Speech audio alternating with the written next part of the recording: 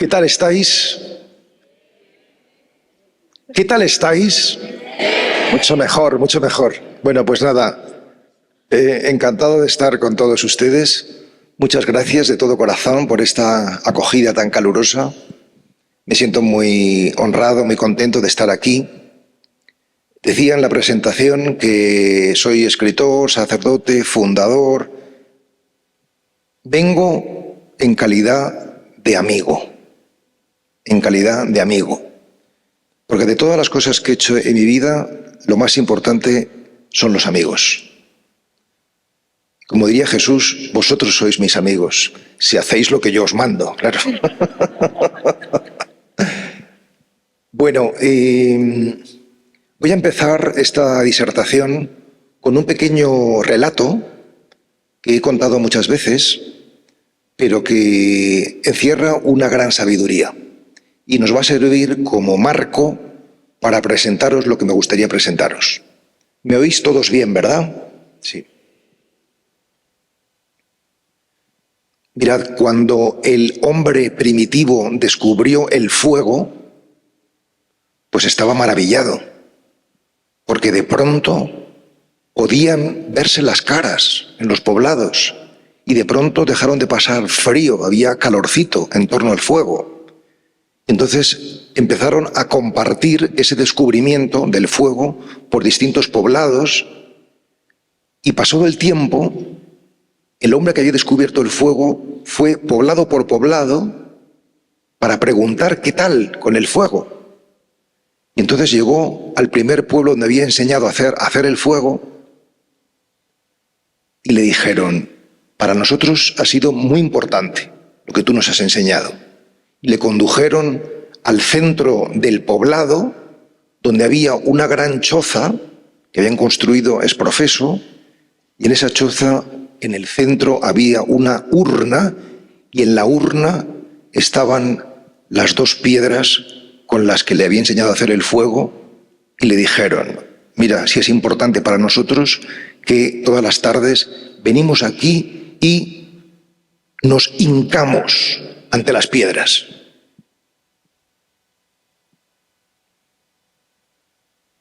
Nos hincamos ante las piedras y adoramos las piedras.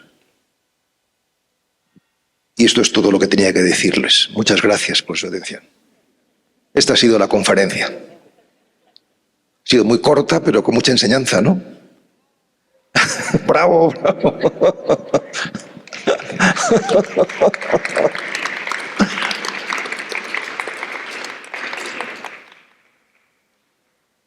Nos enseñan a hacer fuego y nos quedamos con las piedras. Esta es la enseñanza. Nos enseñan cómo tener calor, cómo tener claridad y nos quedamos adorando las piedras.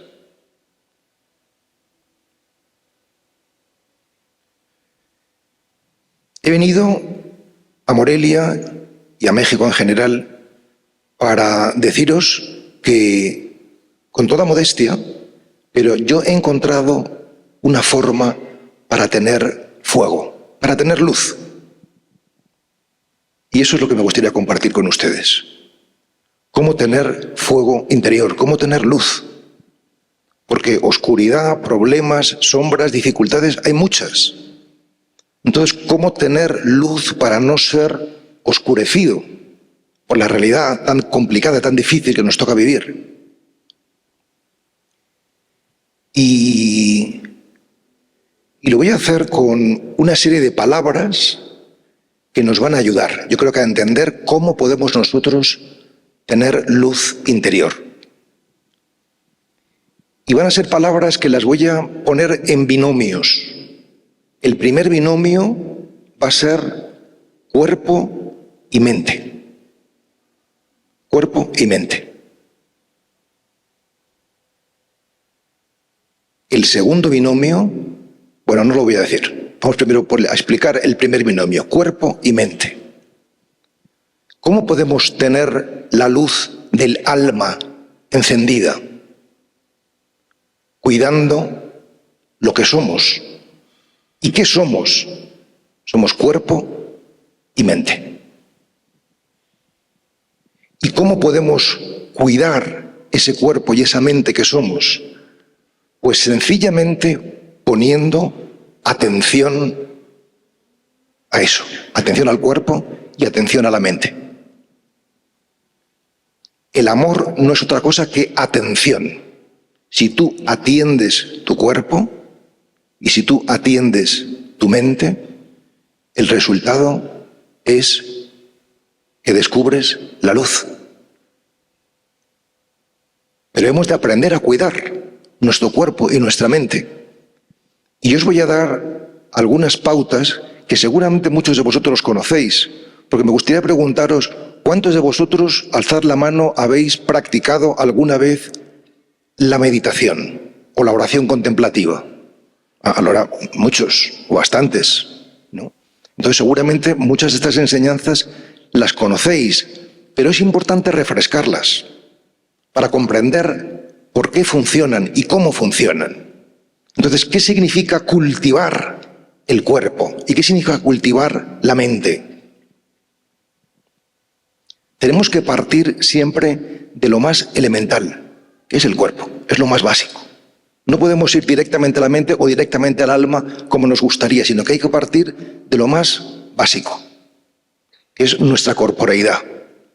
Y cuando hablo de cultivar o entrenar el cuerpo, no hablo simplemente de estar en forma y de hacer ejercicio físico, sino de entrenar la percepción corporal.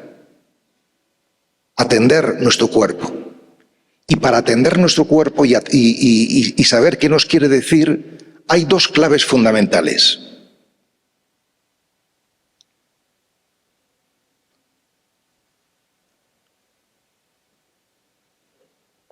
La primera es la quietud. Meditar o orar contemplativamente es un ejercicio, en primera instancia, físico, de aprender a quedarnos quietos. ¿Por qué es importante quedarse quietos? Porque está demostrado que cuando estamos quietos somos más capaces de estar atentos que cuando estamos moviéndonos. Y se trata de atender, de percibir. Esta palabra percepción es muy importante porque normalmente tendemos a irnos a la reflexión, a la mente, mientras que la percepción nos baja al cuerpo. Y la reflexión, la mente, nos cansa, pero la percepción nos descansa. Estar en la percepción nos descansa. Entonces, primer ejercicio, tomar una postura erguida, no retorcida, sino erguida, y quedarnos quietos. La quietud es un entrenamiento. Las primeras veces que yo, hace 20 años, intentaba quedarme quieto, no aguantaba ni 5 minutos. ¿Por qué? Porque cuando estás quieto descubres que tienes una gran inquietud interior. Pero sin dominio corporal no puede haber dominio mental y mucho menos el descubrimiento de la luz del alma que somos. Entonces, la pauta primera y fundamental es la quietud. ¿Qué es la quietud? La quietud es el silencio del cuerpo. Si tú silencias tu cuerpo y empiezas a percibirlo, a recorrerlo con la mente para percibirlo, estás en condiciones para empezar a trabajar la mente. Pero primero el cuerpo. Si no lo habéis hecho nunca, cuando empecéis a practicarlo, descubriréis que no es tan fácil. Porque basta que uno se quede quieto para que le pique la espalda, le duela el costado, tenga muchas cosas que te sacan de la quietud. Entonces es un primer entrenamiento, ¿no?, de autodominio. Esta mañana, precisamente, en una entrevista me preguntaban, ¿qué es la libertad? Y yo les decía a la entrevistadora, la libertad es autodominarse. Ir donde tú quieres ir, no donde tu cuerpo o tu mente te lleven. Y este es el primer ejercicio, ¿no? Y un segundo tip o consejo para el entrenamiento en el cuerpo es que al cuerpo hay que entrar por una puerta. Es decir, está bien que nosotros hagamos una relajación, lo que se conoce hoy como un escáner corporal, de arriba abajo, pero una vez que hemos hecho esto, una vez, dos, tres, si queréis, hay que coger una puerta. Hay que escoger una puerta para entrar dentro. Y esa puerta, la que yo os propongo, porque es la que aprendí de mi maestro, es la puerta de las manos. Os invito ahora, si queréis, a que pongamos las manos así, en esta postura de oración, o esta postura de recogimiento, ¿no? ¿Por qué esta postura es importante? Me pongo aquí para que los focos no me den tan fuerte a la cara y no me deslumbren, ¿eh? ¿Por qué esta postura es tan importante? Porque nosotros normalmente tenemos dos manos y por tanto vivimos en la multiplicidad, pero esta postura nos unifica. Y la meditación es un proceso de unificación, de unidad. Estamos normalmente rotos, dispersos, disgregados, fragmentados, y el cuerpo le dice, se trata ahora de recoger, de recoger. Fijaros que las tres R's, meditar es retirarse, relajarse, recogerse. Retirarse, apartarse, relajarse el cuerpo y recogerse la mente, ¿no? Entonces, juntamos las manos o las acercamos, ¿dónde? En el centro de nuestro ser, a la altura del corazón. Y cuando los occidentales decimos yo, nos apuntamos aquí. Y es aquí donde colocamos las manos, para que sirvan como puertas para el corazón, puertas para el alma. En cambio, los occidentales no decimos yo, ni decimos yo, sino decimos este es el centro donde nosotros intentamos peregrinar. Por eso la meditación de cepa cristiana, de nuestra tradición occidental, también se le llama oración del corazón. Entonces tenemos ya dos claves. Una primera, la quietud, y una segunda, las manos. Ahora te invito a, si quieres, cerrar los ojos y poner la atención en las manos.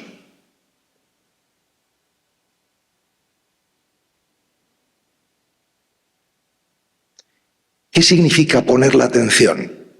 Poner la atención significa que tu mente se dirige a tus manos. Tu mente ya ha encontrado un foco, que es las manos. Y ya empieza a estar menos dispersa, porque ya tiene un punto. Y damos un paso más. ¿Cómo pone tu mente la atención en tus manos? La pone por medio de la respiración. Por tanto, la manera de trabajar la mente, hemos hablado del cuerpo, hablamos ahora de la mente, la manera de trabajar la mente es por medio de la respiración. Ya tenemos dos claves fundamentales, manos y respiración. Entonces, al exhalar, ponemos la atención en las palmas de las manos y al inhalar, tomamos el aire del centro de nuestras manos. Vamos a probar esto nada más un minuto.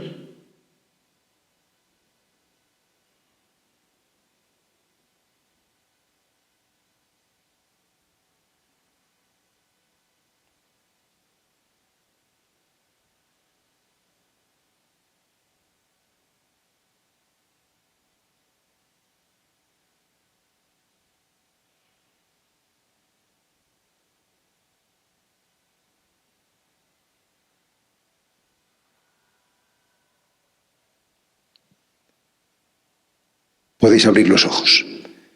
¿Cuál es la experiencia que tenemos de un minuto haciendo silencio, atendiendo las manos? Pues seguramente la mayoría de vosotros sí que habéis podido estar atentos y recogidos en ese punto, pero también muchos, o al menos unos cuantos, habéis tenido distracciones. Porque la mente, su oficio es pensar, entonces hay un parloteo interior que nos saca permanentemente, ¿no? Entonces, ¿qué hay que hacer? Fundamental, no enfadarse. No enfadarse porque nos hemos despistado, sino sencillamente volver a poner tu respiración en tus manos. No merece la pena que gastes energía en enfadarte, sino sencillamente vuelve a tus manos. Vuelve a tus manos. Cuando hacemos este ejercicio de atención al cuerpo y a la mente por medio de las manos y la respiración, nos vamos a encontrar, primero, como hemos dicho ya, la inquietud corporal, queremos movernos, hay que entrenarlo, hay que perseverar. Segundo, la distracción mental, tenemos mucho ruido interior. Teresa de Ávila hablaba de la loca de la casa, cuando hablaba de la mente, ¿no? Una jaula de grillos, decimos en nuestro lenguaje. En el budismo se habla de la mente mono, un mono que va saltando de un árbol a otro, ¿no? Y por tanto requiere un entrenamiento, ¿no? Pero además de esta distracción mental, vamos a encontrar que si perseveramos en esto, empieza a salir el inconsciente. Es decir, que el inconsciente, lo que no conocemos, pero que está en nosotros, sale en los sueños y en la meditación. Sale en los sueños y en la meditación. Y es importante que salga. Es importante que salga todo lo que no tenemos bien aceptado, bien reconciliado, bien asumido, porque sale para que podamos liberarnos de eso para siempre. Y por tanto, si no sale, quiere decir que tenemos una oscuridad dentro que hay que limpiar. Y por eso el segundo binomio, además de cuerpo-mente, es sombra y luz. Claro que todos tenemos sombras, pero en la medida en que perseveramos en la práctica, las sombras van saliendo. Entonces, normalmente nosotros, ante todo lo que no nos gusta, lo que hacemos es escaparnos. No queremos saber nada de ello, o si podemos, resolverlo. Pero hay sombras que no se pueden resolver fácilmente, pero que sí que se pueden disolver en la meditación, en la contemplación. Y eso es lo que me gustaría enseñaros, aunque sea de manera muy modesta, muy embrionaria, muy sencilla, ¿no? ¿Qué significa que tenemos un inconsciente? Pues que hay una parte de nosotros que no comprendemos bien, que no conocemos bien y que no nos está haciendo bien, que nos está condicionando sin que nos demos cuenta. ¿Y cómo va a salir? Pues va a salir en forma de molestia física o de molestia psicológica. De pronto te duele mucho la espalda, pero te levantas y el dolor de espalda desaparece. ¿Qué quiere decir? Quiere decir que es un dolor que tiene que ver no con la postura, sino que tiene que ver con la propia práctica de la meditación, que está saliendo tu sombra. O también en sentimientos de incomodidad, por ejemplo, el enfado o la ira, o el miedo, o la insatisfacción. Todo eso lo podemos experimentar y por eso la meditación es un camino de purificación, de limpieza. Yo siempre digo, tú por las mañanas te duchas y por tanto cuidas tu cuerpo, pues medita también para cuidar tu mente. Tu contribución a la sociedad es un cuerpo limpio, pero también una mente limpia. Porque si sales con tu rabia, con tu miedo, con tu envidia dentro, todo eso lo irradias. Y por tanto, el imperativo ético fundamental es estar limpios. Porque ¿qué es lo que pasa cuando vas quitando las sombras, van saliendo? ¿Qué descubres? ¡Chan, chan! Que somos luz. Que somos luz. Que somos ese fuego del cual os hablaba al principio. Pero para eso hemos de llegar a trabajar con las piedras, la piedra del cuerpo y la piedra de la mente. Si trabajamos, ponemos atención y amor a eso, el descubrimiento es que somos seres luminosos. Pero hemos de dejar sacar la oscuridad. Y mirad, ahora quiero deciros el mensaje fundamental de todo lo que he venido a deciros, que seguramente muchos ya lo habéis escuchado, lo sabéis, pero como siempre digo, es la información más esencial hay que repetirla muchas veces para que se nos quede grabada. Y es, ¿qué hago yo ante lo oscuro? ¿Qué hago yo ante la sombra? Ante lo que aparece y que no me gusta. Esto es lo fundamental de todo lo que voy a decir. Y es, la clave es poner en esa sombra una mirada breve y amorosa. Por ejemplo, te estás acordando de que tu hermano se ha quedado con la parte de la herencia que te corresponde y eso te da mucha rabia. No rechaces la rabia. No intentes planificar qué vas a hacer para recuperar tu herencia. O no planifiques cómo podrías reconciliarte con tu hermano, sino mira tu herida, tu rabia, breve y amorosamente. Tiene que ser una mirada breve, porque si es larga, lo oscuro te rapta y te puede llevar consigo, y al final acabar peor. Hay gente que medita y acaba más enfadada. ¿Por qué? Porque no ha hecho una mirada breve, sino que se ha quedado enganchado a su sombra. Y por eso tiene que ser una mirada breve y luego volver. ¿Volver a dónde? A tu respiración y a tus manos. Y si queréis, porque la mente se trabaja con la respiración, pero también con lo que se conoce como palabra sagrada, o jaculatoria, o mantra. Una sola palabra que tú recitas al ritmo de tu respiración para limpiar la mente. La propia palabra mantra significa, tiene dos partículas, man y tra. Man, mente, mens, latina, mente, y tra, instrumento para limpiar la mente.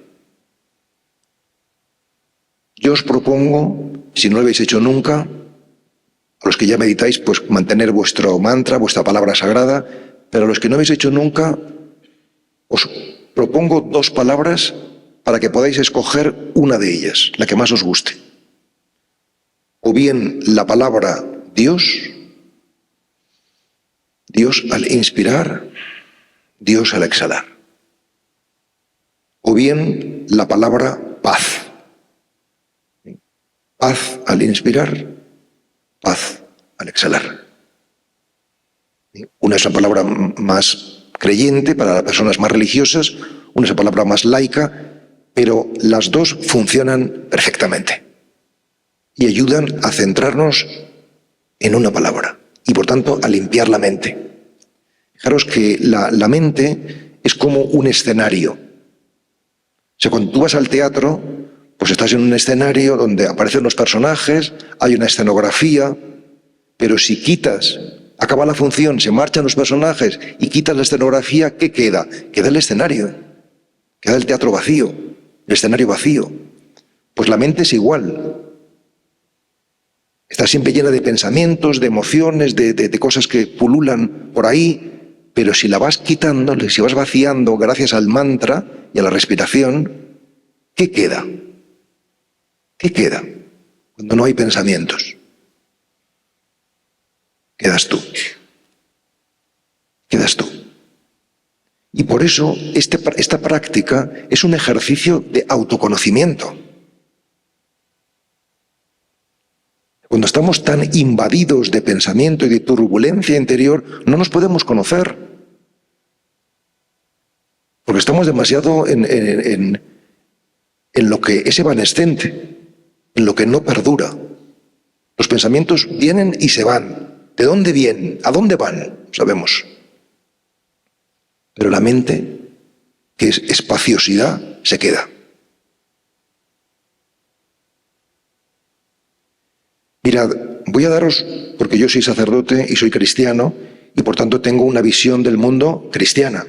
Pero voy a daros la interpretación religiosa, cristiana, de esta práctica. Porque hay quien dice, es que la meditación no es cristiana, es profundamente cristiana. Porque lo que estamos haciendo los meditadores es poner amor al oscuro para que se haga luminoso. Y eso es el misterio de la Pascua de Jesús. O sea, Jesús lo que hace es no resolver el problema del mal del mundo. O sea, Jesús no acabó con el mal del mundo sigue. Jesús tampoco lo explicó, no fue un teórico que explicara por qué sufrimos, sino que Jesús lo redimió. Es decir, puso amor en el dolor y así demostró cómo lo oscuro, lo difícil, puede ser un camino para lo luminoso. Es decir, que la enfermedad no es un castigo, sino un camino para descubrir lo luminoso. Y cualquier oscuridad que nos toque atravesar en la vida no es una adversidad, sino que es una oportunidad. Una oportunidad de descubrir que somos luz. Si nosotros estamos escapándonos continuamente de las ocasiones, nunca aprenderemos y por eso se nos vienen una y otra vez. No superamos los sufrimientos porque no ponemos una mirada breve y amorosa sobre ellos. Y entonces, ¿qué es lo que hace que el oscuro cambie? El amor, tu mirada amorosa. O sea, no hay oscuridad que una mirada amorosa no pueda cambiar. Es decir, que tenemos un poder de sanación extraordinario, pero no nos han enseñado a aplicarlo.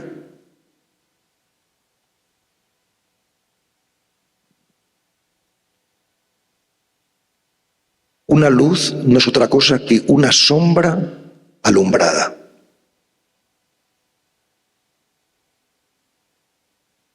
Una persona valiente, una persona confiada, es una persona que ha superado su miedo. Tenía miedo, pero lo ha superado. Es decir, que los valientes no es que sean valientes, sino que son personas que han afrontado y superado el miedo. La persona luminosa no es que sea luminoso por casualidad, sino que ha superado, ha alumbrado su oscuridad. Y cuando nosotros hacemos esta propuesta dentro de nosotros, poco a poco se va difundiendo también fuera. Y entonces uno va descubriendo no solamente que tú, cada uno, es luminoso, sino que todos somos luminosos. Yo os veo a vosotros, yo os veo, salvo 2 o 3 por ahí, muy luminosos.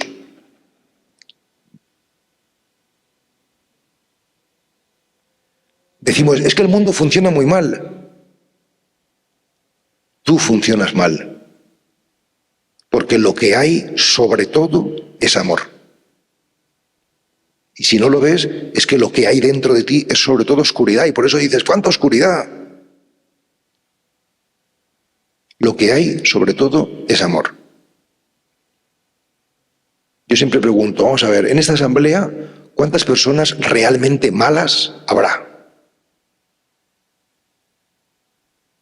Vamos a dejar un margen de, no sé, 3 o 4. Es decir, que el 93%, 97% somos buenas personas. Pues esto que pasa en esta asamblea pasa en la humanidad. Y dicen, no, es que nosotros somos los mejores. No es así. Somos representantes de la humanidad. Somos representantes de la humanidad. Entonces, si tú ves lo oscuro, es que estás poniendo el foco en el 3%, no en el 97%. Mirad, yo trabajé 10 años en un hospital como capellán hospitalario y todo el mundo me decía, qué duro tiene que ser estar en la casa del dolor, con tanto dolor. Y yo les decía, nunca he visto tanto amor como en un hospital. Cómo cuidan los familiares a sus familiares enfermos es sobrecogedor. O sea que el lugar donde yo más amor he visto es en la casa del dolor, un hospital. Entonces, ¿cuál es la conclusión? Que no vemos las cosas como son, sino como somos. Vemos las cosas como somos nosotros. Y por tanto, si quieres ver el mundo como es, tienes que limpiarte. He venido a México para decir, mexicanos, limpiaros por dentro, limpiémonos por dentro.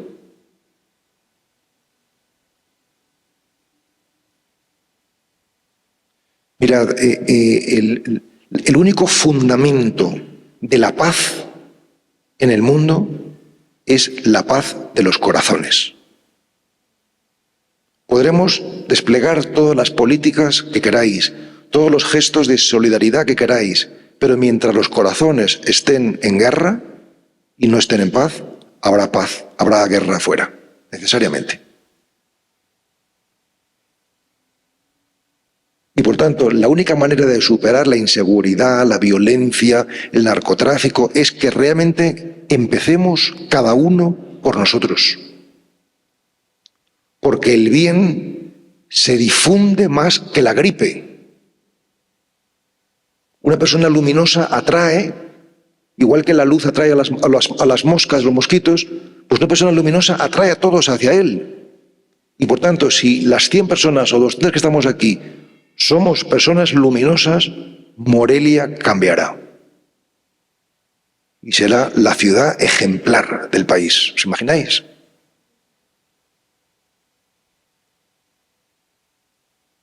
Y si Morelia cambia, cambia México.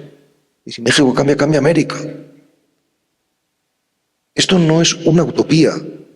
Esto será así. Ya está siendo así. Cada vez hay más personas luminosas.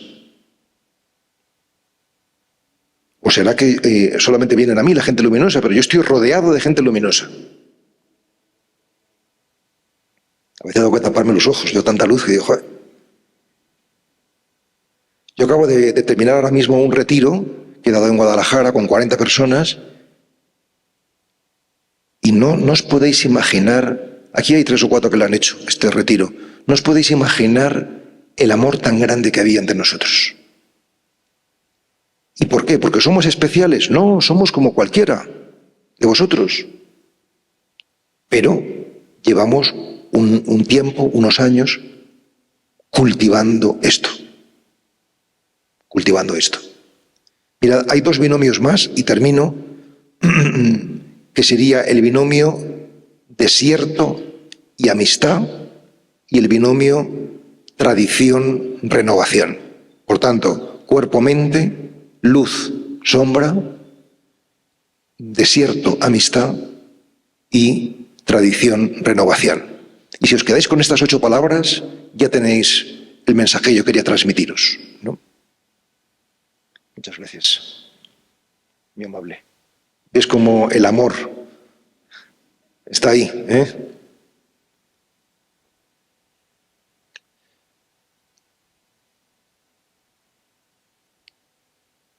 En nuestra tradición judeocristiana, nuestra tradición comienza y se desarrolla en un escenario, que es el desierto. Es ese escenario, el desierto, el que posibilita que el pueblo judío descubra su identidad. O sea, el pueblo tiene que atravesar el desierto para descubrir que es un pueblo, porque empezaron a caminar 40 años personas sueltas, y cuando culminaron su peregrinación y llegaron a la tierra prometida, según nos dice la Sagrada Escritura, descubren que son un pueblo, que son una unidad, que son uno. Es decir, que la única manera de descubrir la unidad, la única manera de descubrir la amistad, el vínculo profundo que nos une a todos, es pasar por el desierto. Y el desierto, no hace falta irse al Sáhara. Yo he estado varias veces, pero no hace falta irse al Sáhara. El desierto es una metáfora de la interioridad. O sea, tenemos que visitar nuestro desierto interior. Y seguramente no nos hará falta 40 años. A lo mejor bastan 4 años de práctica. Y dentro de 4 años, queridos amigos de Morelia, llegáis o llegamos a la tierra prometida. Y descubrimos el tesoro de la amistad, de la comunión, de sentirnos uno. Porque esa luz de la que hemos hablado al principio del fuego no es otra cosa que ese sentimiento de amor mutuo. O sea, lo más grande de todo es amar y sentirse amado. Sentirse perteneciente, sentirse uno con los demás. Eso es lo más grande. Y eso es lo que uno descubre. Lo que uno descubre en el camino espiritual es que los demás no son extraños, sino que eres tú, que todos somos uno. Yo siempre pongo el ejemplo de este dedo puede sentirse muy solo, que solo estoy, que solo estoy. ¿Y qué habrá que hacer con ese sentimiento? Habrá que respetarle. Bueno, respeto tu sentimiento, dedo, pero tienes 4 compañeros a tu lado. Es decir, que el sentimiento de soledad será muy respetable, pero obedece a la ignorancia de que estamos acompañados. Y así nuestros sentimientos negativos son muy respetables, pero obedece a la ignorancia de que no sabemos quiénes somos. No sabemos que estamos realmente unidos. Yo siempre pongo un ejemplo que a mí escuché cierta vez en una predicación a un compañero sacerdote y a mí me ayudó mucho, es muy sencillo. Dice, tú imagínate que tienes que cargar una cruz que pesa 100 kilos. No sé, una enfermedad, un hijo que tiene un problema, una cruz que te pesa 100 kilos. Y aparece una persona y dice, oye, déjame que cargue yo contigo la cruz. Pues muchas gracias. Entonces ya lo lleváis entre los dos. ¿Cuánto lleváis cada uno? 50. Imagínate que aparecen 2 más que quieren ayudar. ¿Cuánto lleváis cada uno? 25. Imagínate que vengan 100. ¿Cuánto tienes que llevar? 1 kilito. Entonces, ¿esto qué significa? Significa que el problema no es el dolor, sino que el problema es la falta de amor, la falta de apoyo. Mira, el otro día yo me dedico mucho tiempo a escuchar, lo que llamamos, antes se llamaba confesiones, ahora se llama acompañamiento espiritual, pero es lo mismo, escuchar a las personas.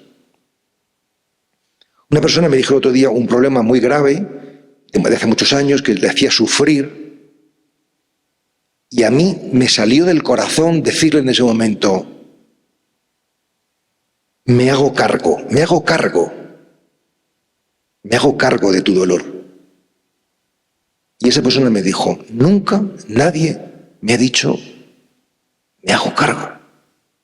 Es decir, cargo con ello también. Que si tú estás en disposición de cargar realmente con ello,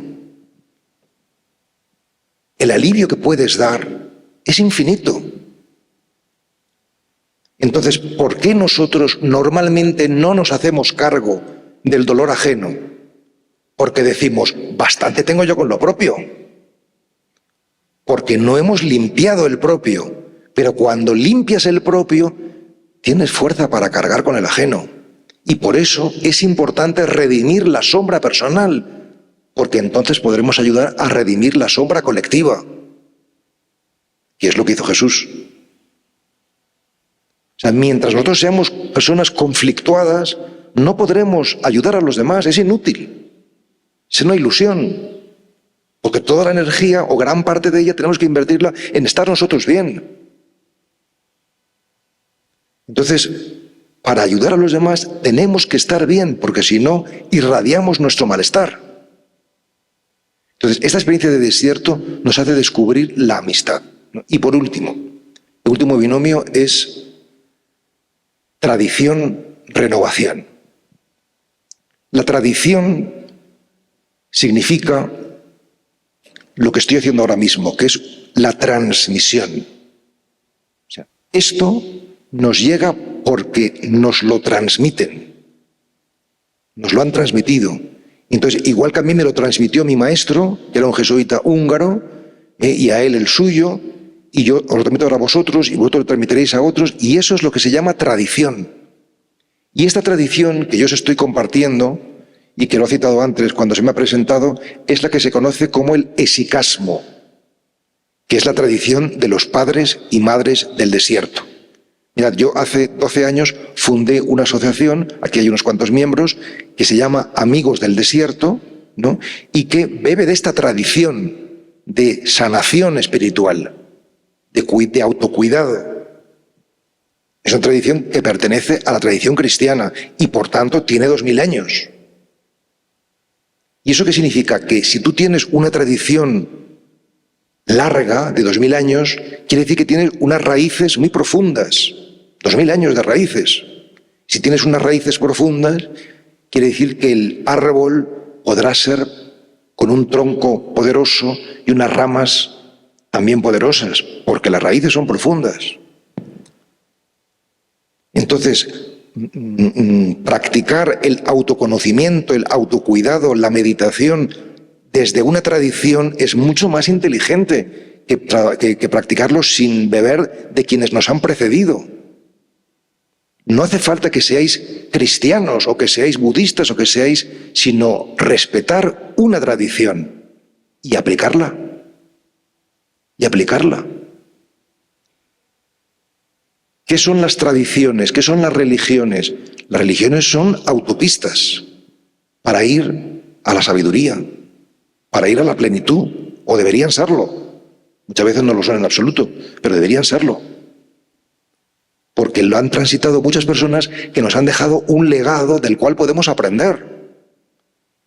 Mientras que si no bebemos de ese legado tenemos que descubrirlo nosotros, iremos mucho más despacio. Entonces es importante tener en cuenta el pasado, pero no solamente para conservarlo, sino para recrearlo para el futuro, es decir, renovarlo.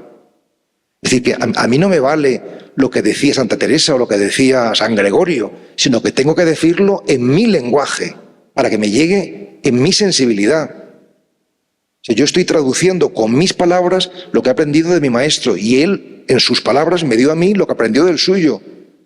Y así sucesivamente. Es decir, que si no renovamos, no decimos con nuestras palabras y con nuestra sensibilidad lo que hemos recibido, no está vivo. ¿Por qué mucha gente se aburre en la liturgia? Porque no hacemos el esfuerzo de renovar con nuestras palabras todo eso que hemos recibido. Y se queda como algo encartonado, que no funciona.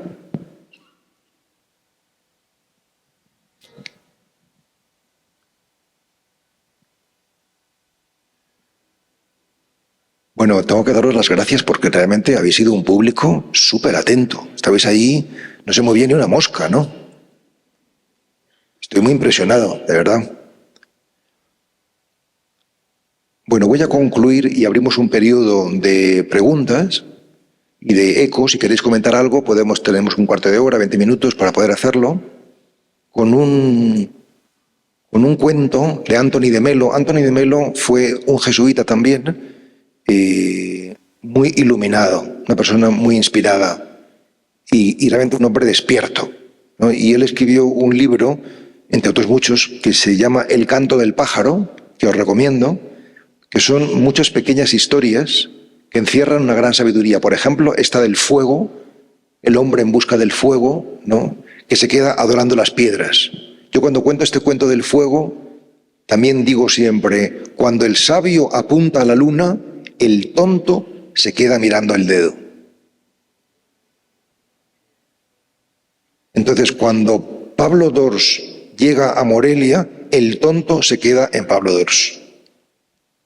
O sea, no os quedéis en mí, quedaros en la luna, en el fuego. Eso es lo importante. O sea, que yo os invito a que practiquéis. Una escuela es la nuestra, de Amigos del Desierto. Y ahí tenéis la página web y ahí tenéis personas que os pueden informar. Pero lo importante no es nuestra escuela, lo importante es que hagáis el camino vosotros. Que aprendáis y que lo recorráis. Y aunque tengas 50 años, aunque tengas 60 años, aunque tengas 70 años, nunca es tarde. Ahora es tu momento. Ahora es tu momento. Todos los días 20 minutos. Os rebajo 5, porque siempre pongo 25, pero a vosotros os digo 20. Todos los días 20 minutos. Yo os lanzo este desafío. A los que no meditáis o meditáis irregularmente. No diario, tiene que ser diario, si no, no funciona. Es como dar de comer. Tú comes todos los días, no un día sí, un día no llevo una semana sin comer, no, todos los días. Si tú tienes un bebé, un niño pequeñito, le das de comer todos los días, porque si le dejas sin comer se te muere.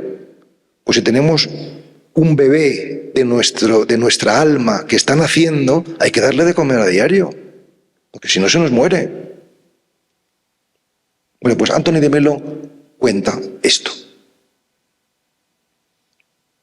Un pececito iba por el océano y se encuentra con el pez sabio y anciano y le pregunta: pez sabio y anciano, ¿dónde está el océano? Y el pez sabio y anciano le dice: el océano es esto. Y el pececito dice: ¿esto? Pues esto no es más que agua.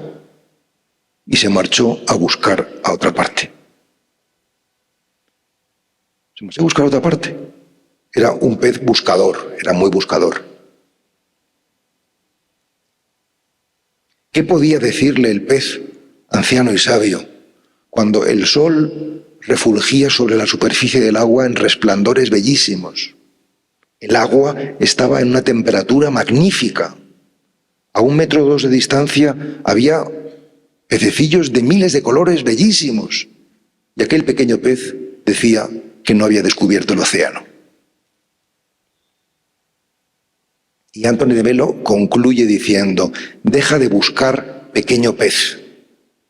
No hay nada que buscar.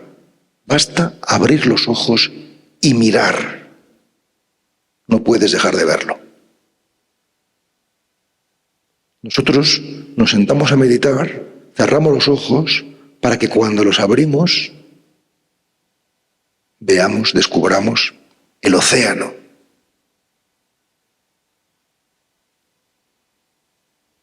Entonces, ¿qué es el reino de Dios? El reino de Dios es esta sala, este patio deportivo de Morelia. Está aquí. Basta abrir los ojos y mirar. Muchas gracias.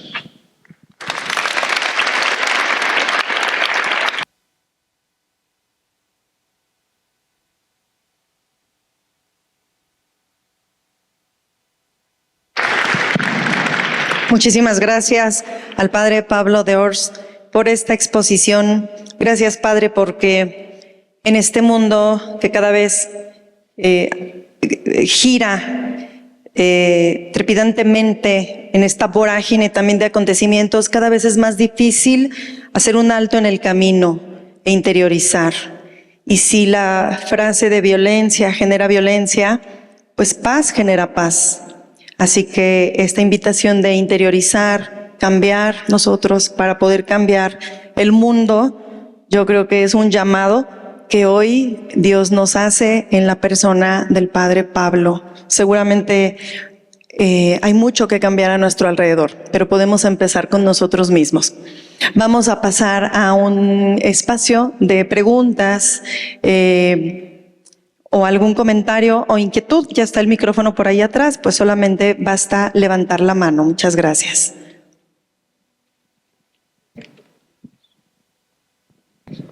Hay una pregunta.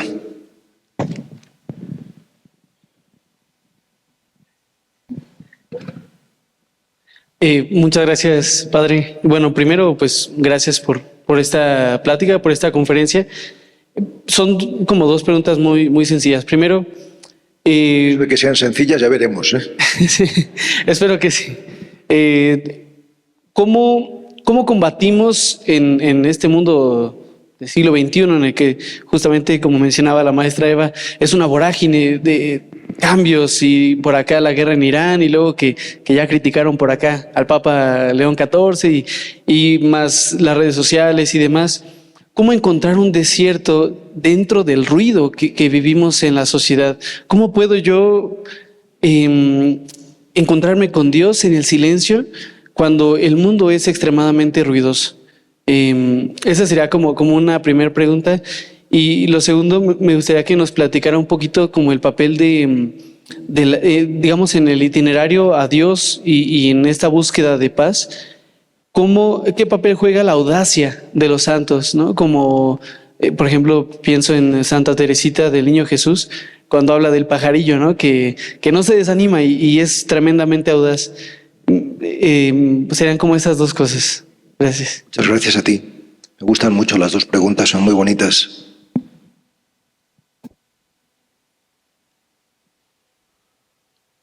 ¿Cómo se llega a la cima de una montaña muy alta y muy escarpada?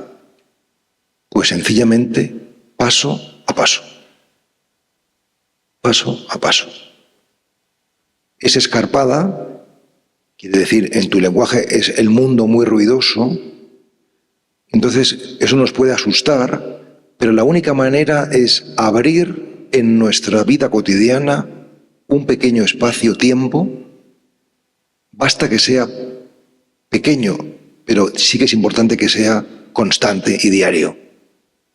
Si tú introduces esos 20 minutos de un cultivo interior y luego las otras 23 horas y 40 minutos haces otras cosas, pero con esos 20 minutos diarios todo va cambiando.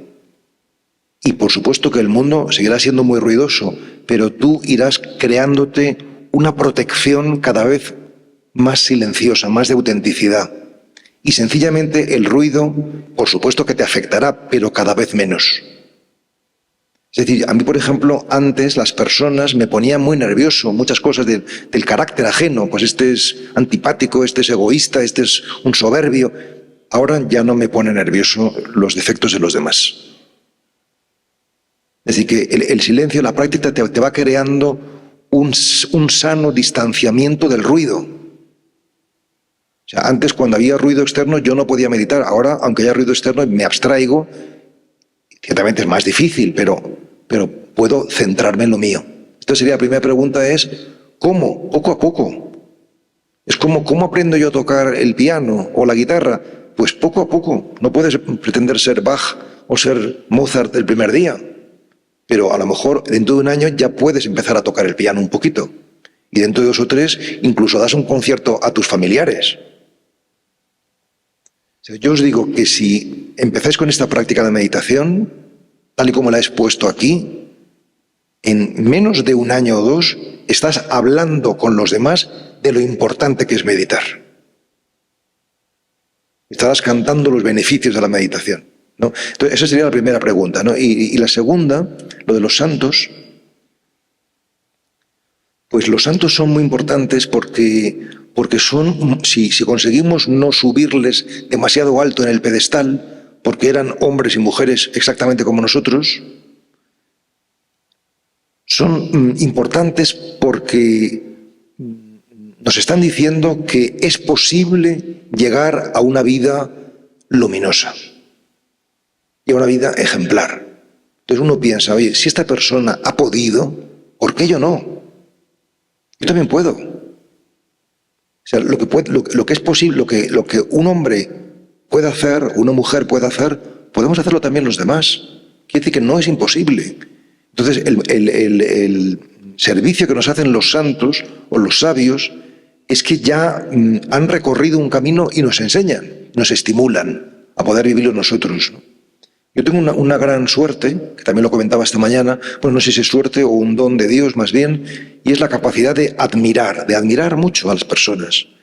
Y yo, por ejemplo, he admirado mucho a Charles de Foucault, que es un santo francés, padre del desierto, y a mí, digamos que conocer su vida, su obra, su mensaje, me ha ayudado a encontrar el mío propio, ¿no? Entonces, los santos están ahí para ayudarnos a descubrir nuestra propia identidad. Esa es la... Hay otra pregunta por aquí.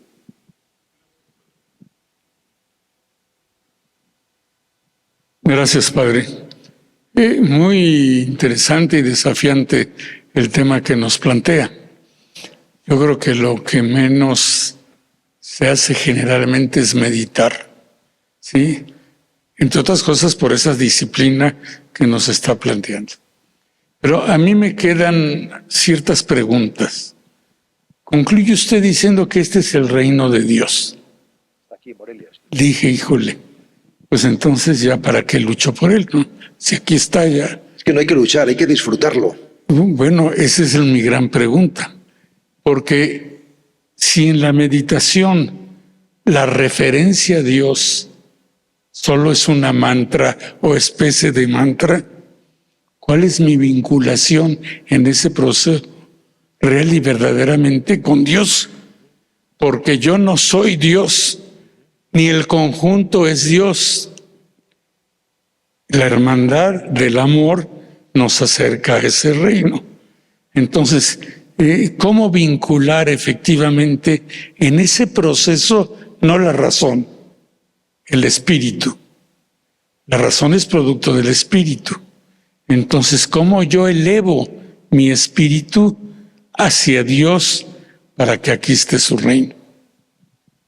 Qué bonita pregunta también, ¿no? La práctica espiritual, el ejercicio, la meditación, desmonta nuestras ideas de Dios. Por tanto, quienes lo tienen más difícil para meditar son los intelectuales. Cuanta más racionalidad, más difícil. Siento decirlo. Es decir, hay dos colectivos que tienen muy difícil la meditación: los intelectuales y los sacerdotes. Porque creen que saben muchas cosas de Dios. Pero si no nos hacemos como niños, no entraremos en el reino. No descubriremos que el reino está aquí. Entonces, para ir a Dios, hemos de morir a nuestras ideas sobre Dios. Porque nuestras ideas sobre Dios tantas veces son un impedimento, porque se quedan en la mente. Entonces, ha sonado la hora de pasar de la creencia a la experiencia. De pasar de la creencia a la experiencia. Y eso significa descubrir que no podemos ir a Dios sino a través de nosotros mismos.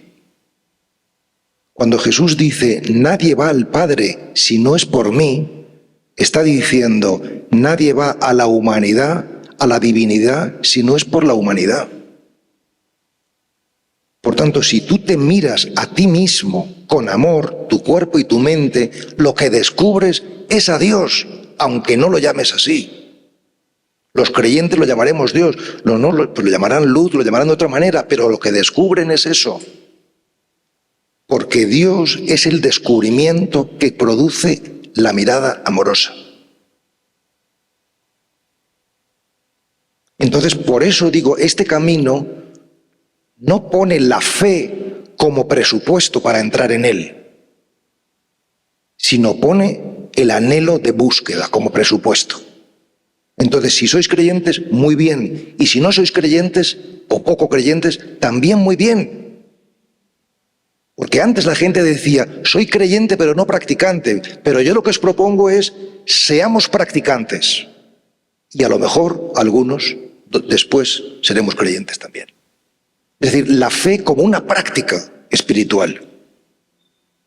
Y cuando tú descubres que eres luz, no puedes por menos de ser luz para los demás, porque cada uno irradia lo que es. Tú no puedes dar amor si no lo has descubierto. Te cansarás y claudicarás.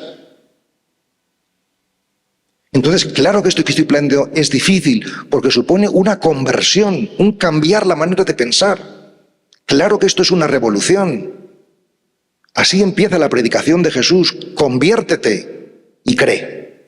Conviértete significa cambia. ¿Y qué es lo primero que tenemos que cambiar? La manera de pensar. La manera de pensar. Y eso nos cuesta mucho, estamos muy apegados a nuestra visión de las cosas. Pero si no morimos, no podemos resucitar, es imposible. El Evangelio está lleno de ejemplos de gente que se acerca a Jesús, pero no quiere morir a su apego a los bienes materiales, a su apego a sus ideas. ¿Qué tengo yo que hacer para nacer de nuevo? O sea, lo que estamos planteando, lo que estoy planteando es cómo podemos nacer de nuevo. ¿Cómo podemos nacer de nuevo? ¿Cómo podemos morir al hombre viejo? ¿Cómo podemos empezar a funcionar no tanto desde las objeciones mentales, cuanto desde la confianza que tiene un niño en su padre? Yo confié en la propuesta de mi maestro y eso me cambió. Nosotros, por supuesto, que los que somos cristianos confiamos en Jesús, pero Jesús ya vivió hace 2000 años. Ahora hay otros Jesús, otros Cristo que nos están proclamando su palabra y su mensaje. Y necesitamos actualizar eso, sentirlo vivo. Es lo que se me ocurre decirte, ¿no?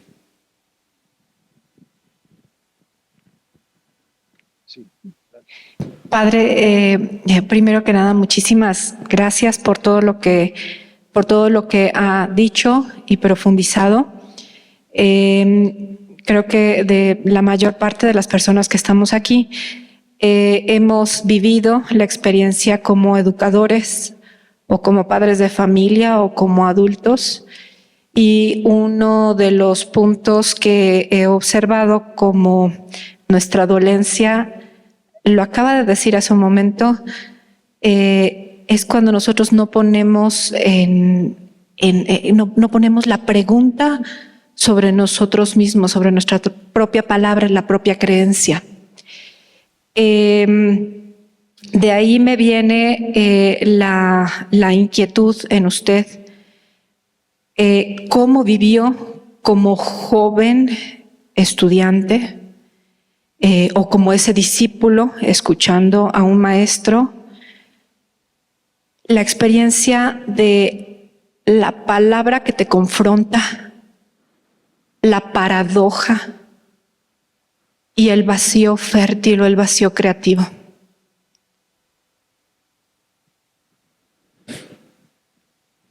Qué difícil, ¿no?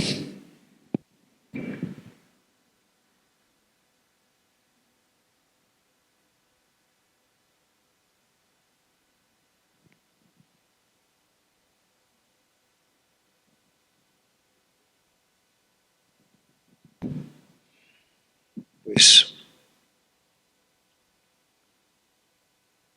lo primero es querer ser discípulo, que significa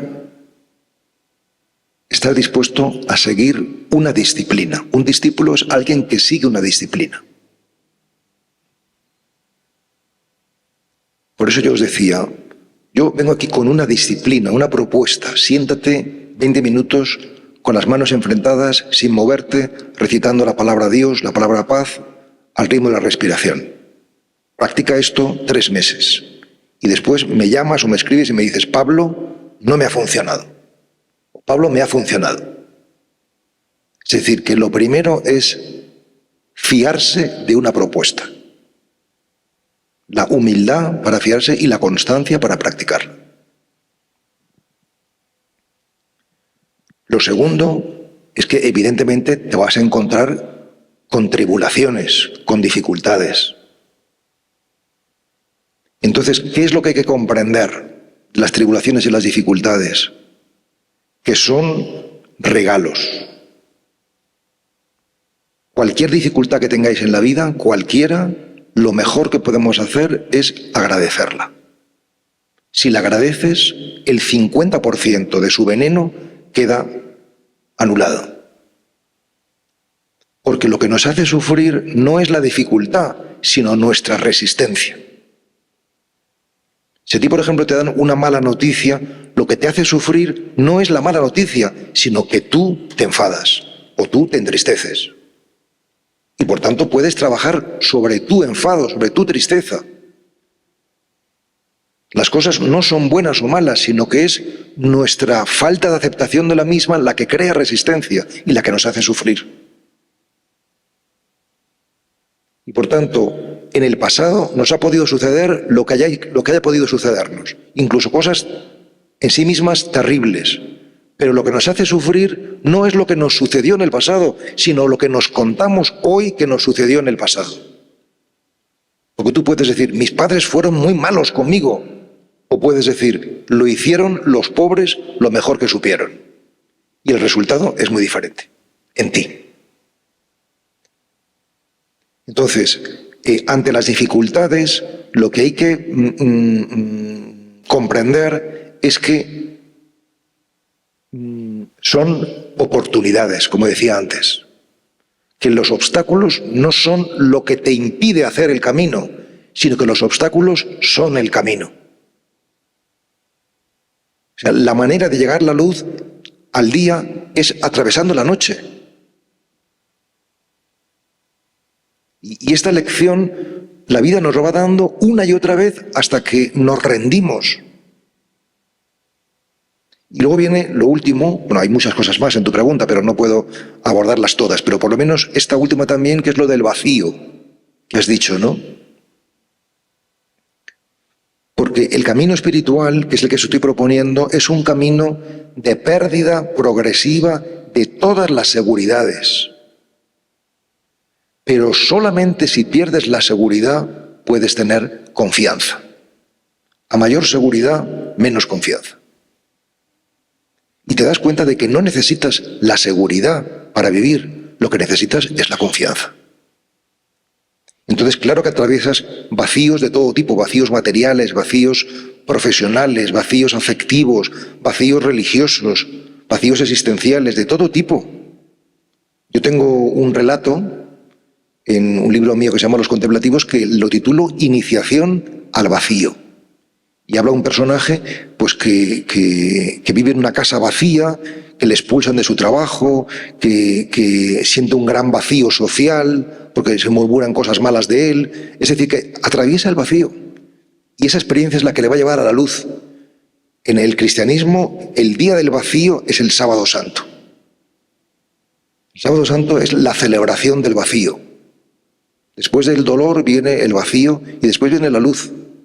El vacío es lo que precede, ¿no? Antes del domingo es el sábado. Sábado Santo.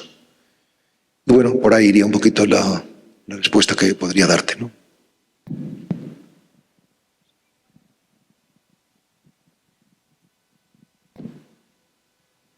Hola, buenas noches. A ver si me doy a entender. Hace ratito contestó usted que no necesariamente debemos de seguir viendo al Jesús de hace 2000 años. Y esto a mí me lo comentaron en unas pláticas de un curso de milagros. Y también hablan de cómo es la percepción de nuestras cosas. Mi pregunta en concreto sería, ¿lo que usted nos está ofreciendo ahorita sería lo mismo que ofrece un curso de milagros? Tendría que haberme leído el curso de milagros completo para saber si es lo mismo o no. Es decir, que supongo que tiene cosas en común, pero también tendrá cosas diferentes, ¿no? Es decir, yo creo que lo que estoy ofreciendo es un cristianismo místico o una aproximación a la fe desde el interior, no desde lo exterior, ¿no? Eso no significa que a mí la figura de Jesús me fascine, que yo siga leyendo los evangelios, que siga invocándole y que siga siendo una figura para mí la más importante de mi vida, que esté enamorado de él, ¿no? Pero lo que quiero decir es que lo más importante no es seguir a Jesús, sino ser Cristo. Es decir, que no es suficiente un modelo externo, sino que ese modelo externo hemos de incorporarlo. Porque ¿para qué sirven los modelos externos sino para internalizarlos? O sea, estoy diciendo, no nos quedemos en lo exterior, por maravilloso que sea, sino que descubramos que el reino lo tenemos dentro. Entonces es cuando descubriremos la verdadera dimensión de Jesús. Fijaros que esta es la experiencia de los discípulos. O sea, los discípulos estaban enamorados de Jesús, le querían muchísimo, habían dejado todo. ¿Y cuál es su experiencia? Que cuando se muere se sienten profundamente decepcionados y tristes. Hasta que sucede ¿qué? Que descubren el Cristo interior. Ya no tenían al Jesús histórico con ellos, pero lo tenían dentro.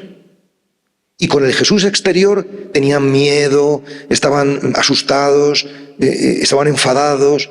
Y en cambio, o sea, que el exterior no les solucionó el problema, pero el Cristo interior les hizo ser valientes, tener coraje. Es decir, que la fe exterior no nos basta para redimirnos por dentro, necesitamos que esté dentro para que nos sane. Mirad, las cosas no son buenas o malas porque tengan una marca, que pertenezcan a una institución o que tengan un sello, sino son buenas o malas por los frutos que dan. O sea, si un árbol da manzanas buenas, ese manzano es un buen manzano. Entonces, si una tradición religiosa, por ejemplo la cristiana o por ejemplo la budista, da personas buenas, esa tradición es buena, porque está dando resultados buenos. Entonces, no nos preocupemos tanto de si tiene un sello u otro, sino preguntémonos cómo son las personas que la practican.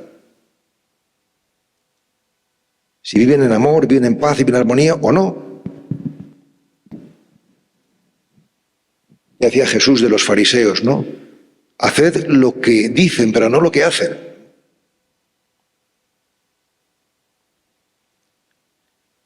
Bueno, familia. ¿Alguien más? Había por ahí una persona que había levantado la mano, ¿no?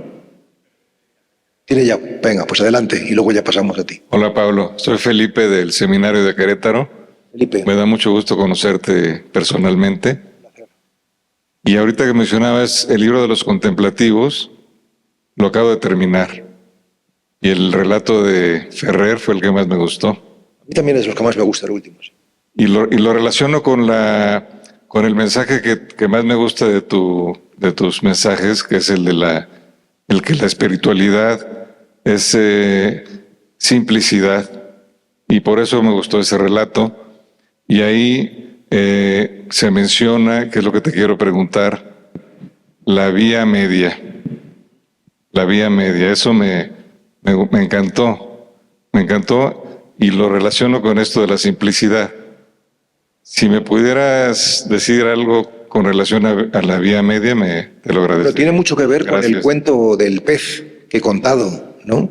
Porque este relato de la vía media, que se llama así, de los contemplativos, es un relato de una persona que es un buscador y hace cosas, no sé, por ejemplo, se va a vivir a una cabaña en Murcia buscando la soledad y hace muchas cosas de todo tipo, ¿no?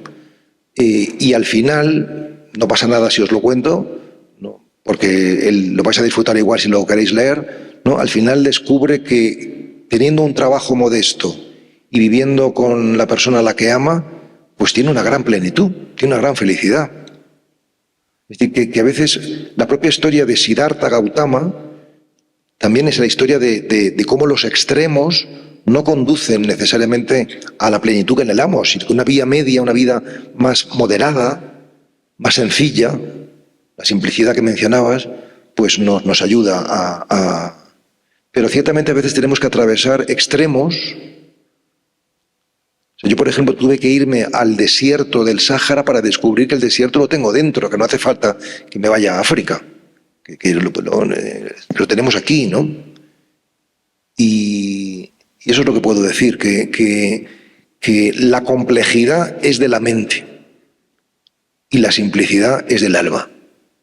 Es decir, todo lo espiritual es sencillo y solo lo sencillo es espiritual. O sea, las personas espirituales son aquellas que saben caminar, mirar, escuchar, descansar, conversar. Lo más elemental es lo más espiritual y, por tanto, todos los ejercicios, como por ejemplo la meditación, la práctica meditativa está en orden a la vida contemplativa. Es decir, a disfrutar de los placeres más elementales de la vida. Y es extraño que hayamos tenido que hacer un recorrido tan amplio para llegar a algo tan sencillo, pero es así, es así.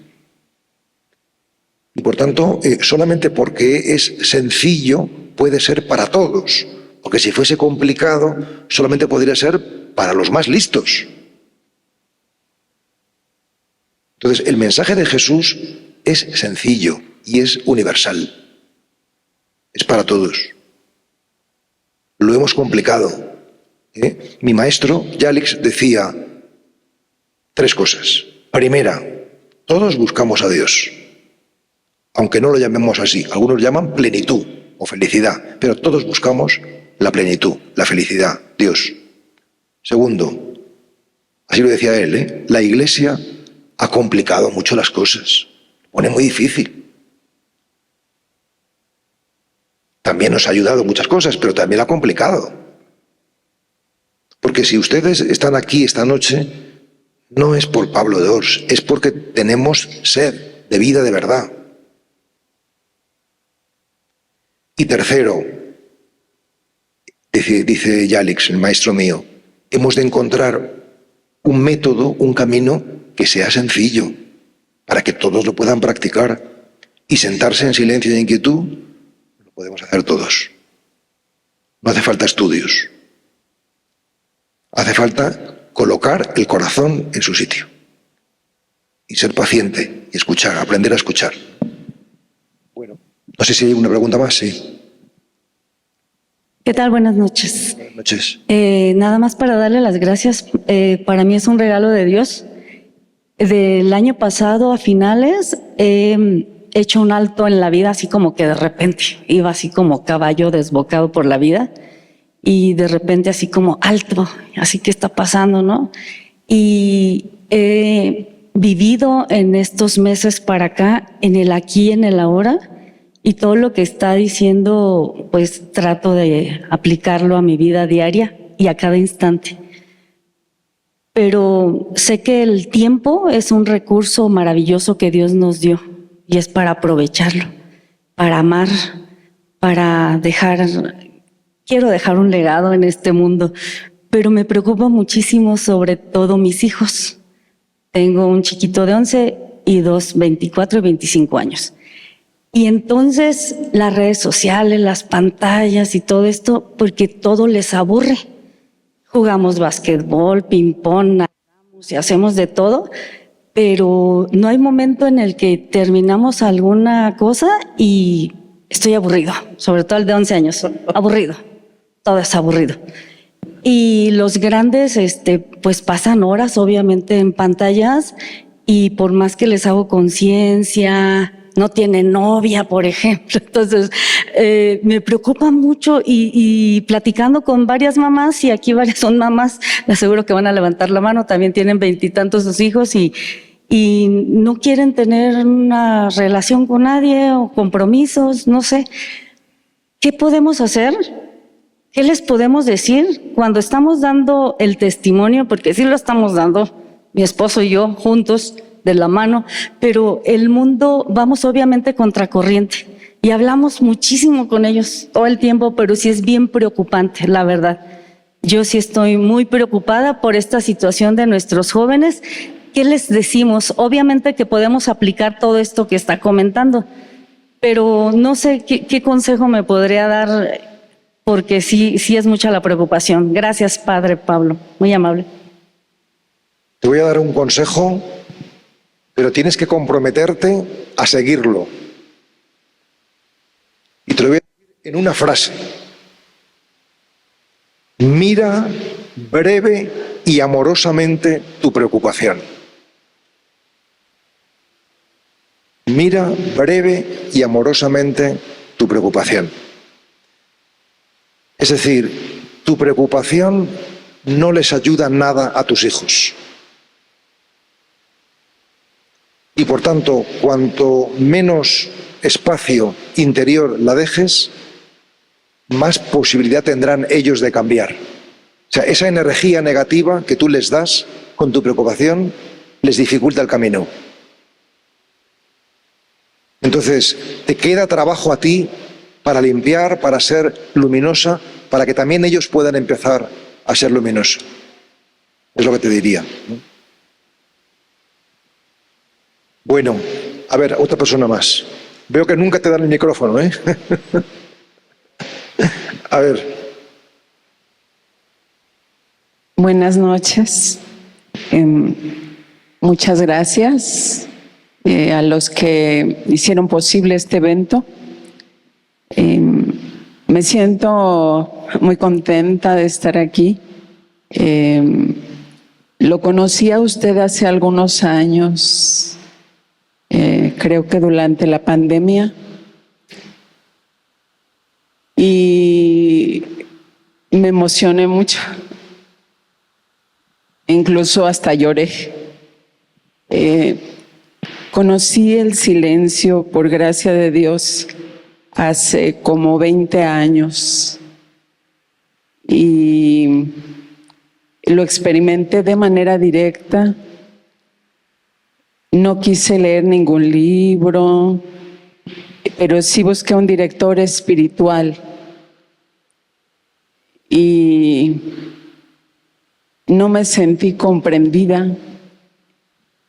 Me sentía, creo yo, que necesitaba vivir más cosas o desaprender muchas o simplemente no esperar nada. Si es que puedo mencionarlo de esa manera. Y seguí avanzando en mi práctica del silencio, a la par de vivir muchas cosas en mi vida, como tal vez todos nosotros. Y empecé a ver todo. Afuera no había cambiado nada, pero empecé a ver todo de una manera distinta. Tenemos una hija con una discapacidad intelectual leve. Y algo que aprendo de ella es lo fácil que es feliz. Ella es espontánea y natural, sin filtros. No es un ángel, es como es. Expresa sin filtros lo que siente y lo que piensa.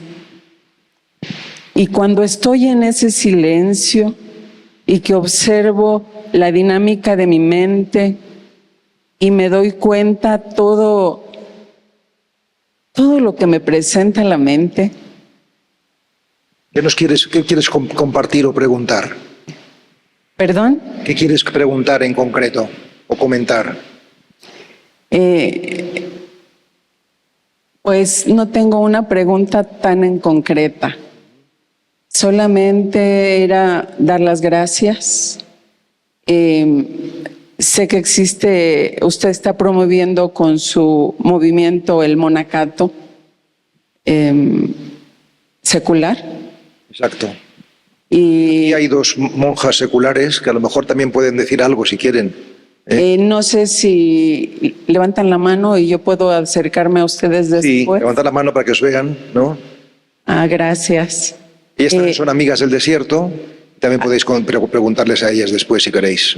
Y a mí también, claro que sí. ¿Usted también? Sí, yo también estoy por aquí. ¿Vale? Gracias. Gracias.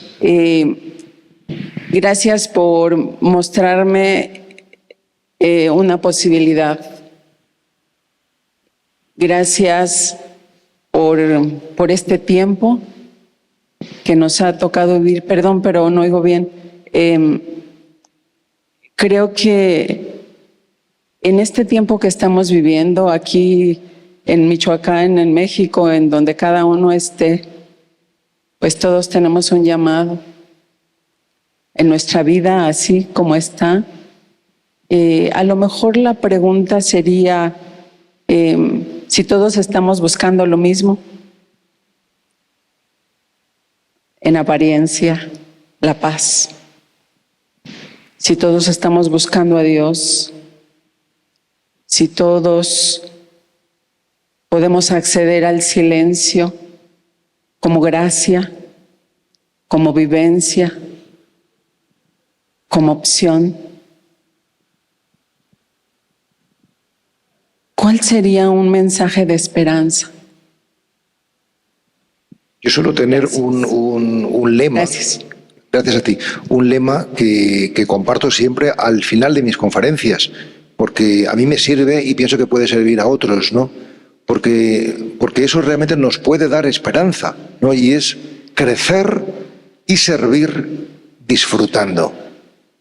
Aquí estamos en este mundo para crecer, es decir, ofrecer la mejor versión de nosotros mismos, servir, es decir, entregar a los demás eso que vamos descubriendo, que vamos viviendo, pero el criterio para saber que estamos haciéndolo bien, que estamos creciendo y sirviendo adecuadamente, es si disfrutamos.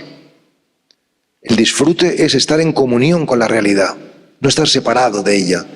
Sufrimos cuando nos separamos de la realidad, pero si nos entregamos, ahí disfrutamos. Así que el mejor mensaje que puedo ofreceros es ojalá que eso en lo que consiste la vida nos lleve a disfrutarla, a gozarla intensamente.